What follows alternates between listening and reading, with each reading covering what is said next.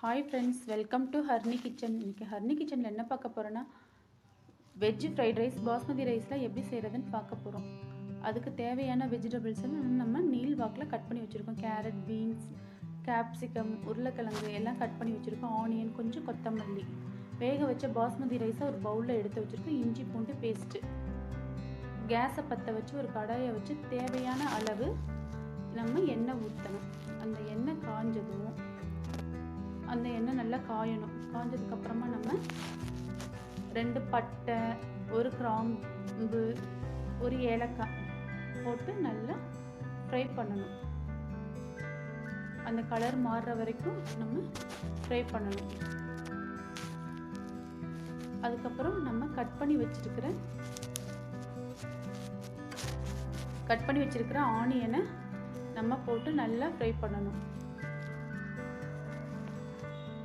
நல்லா ஃப்ரை பண்ணிவிட்டு அந்த ஆனியன் ஃப்ரை ஆகிறதுக்கு அளவாக வேகமாக ஃப்ரை ஆகிறதுக்கு கொஞ்சம் தேவையான அளவு உப்பு போட்டுட்டு நல்லா மறுபடியும் இந்த மாதிரி ஃப்ரை பண்ணணும். கலர் மாறுற வரைக்கும் ஃப்ரை பண்ணிவிட்டு கட் பண்ணி வச்சுருக்கிற வெஜிடபிள்ஸ் எல்லாம் அந்த ஆனியன் கூட போடணும். தண்ணி எதுவும் ஊற்றக்கூடாது ஃப்ரெண்ட்ஸ். இந்த மாதிரி வெஜிடபிள்ஸ் எல்லாம் போட்டு நல்லா ஃப்ரை பண்ணணும். நல்லா ஃபுல்லும் நல்லா கீழேருந்து நல்லா கிளறி விடணும். கிளறி விட்டுட்டே இருக்கணும். ஒரு 2 நிமிஷம் இந்த மாதிரி கிளறிட்டே இருக்கணும். இந்த வெஜிடபிள்ஸ்க்கு தேவையான அளவு உப்பு போட்டு நல்லா மறுபடியும் ஒரு தடவை ஃப்ரை பண்ணணும். இந்த மாதிரி நல்லா கிளறிட்டே இருக்கணும் ஒரு 2 நிமிஷம். நல்லா அரைச்சி வச்சிருக்க இஞ்சி பூண்டு பேஸ்ட்டு இந்த மாதிரி நல்லா ஃப்ரை பண்ணணும். அந்த வாசம் போகிற அளவுக்கு நல்லா நம்ம இந்த மாதிரி ஃப்ரை பண்ணிகிட்டே இருக்கணும்.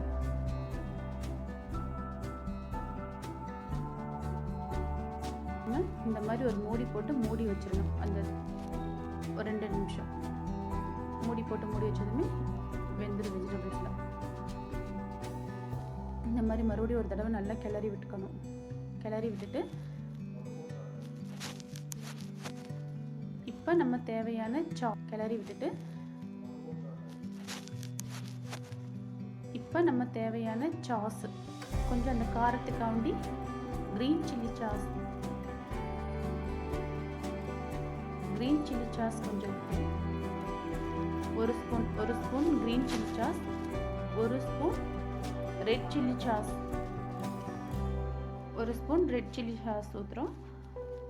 1/2 டீஸ்பூன் சோயா சாஸ்,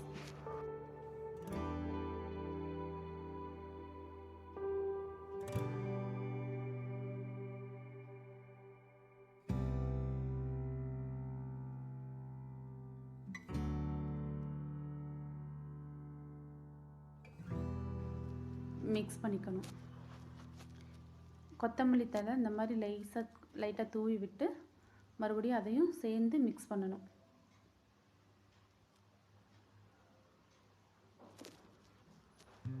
நல்லா இந்த மாதிரி கிளறினதுக்கப்புறம் நம்ம வேக வச்சிருக்கிற பாஸ்மதி ரைஸை அந்த வெஜிடபிள்ஸோட நல்லா மிக்ஸ் பண்ணணும். நல்லா இந்த மாதிரி ஆற வச்சிருக்கிற பாஸ்மதி ரைஸை இந்த வெஜிடபிள்ஸ் ஃப்ரை பண்ணி வச்சுருக்கிறோம் இல்லையா, இந்த மாதிரி நல்லா மிக்ஸ் பண்ணணும். உதிரியாக வர அளவுக்கு மிக்ஸ் பண்ணணும். கீழேருந்து அடியிலேருந்து கொஞ்சம் கொஞ்சமாக எடுத்து மிக்ஸ் பண்ணி கிளறணும். நல்லா இந்த மாதிரி நல்லா கிளறிட்டு வெஜிடபிள்ஸ்லாம் நல்லா மேலே வர அளவுக்கு நல்லா கிளறணும். நல்லா கிளறிட்டு நல்லா இந்த மாதிரி கெட்டியாகாமல் நல்லா கிளறணும். கிளறி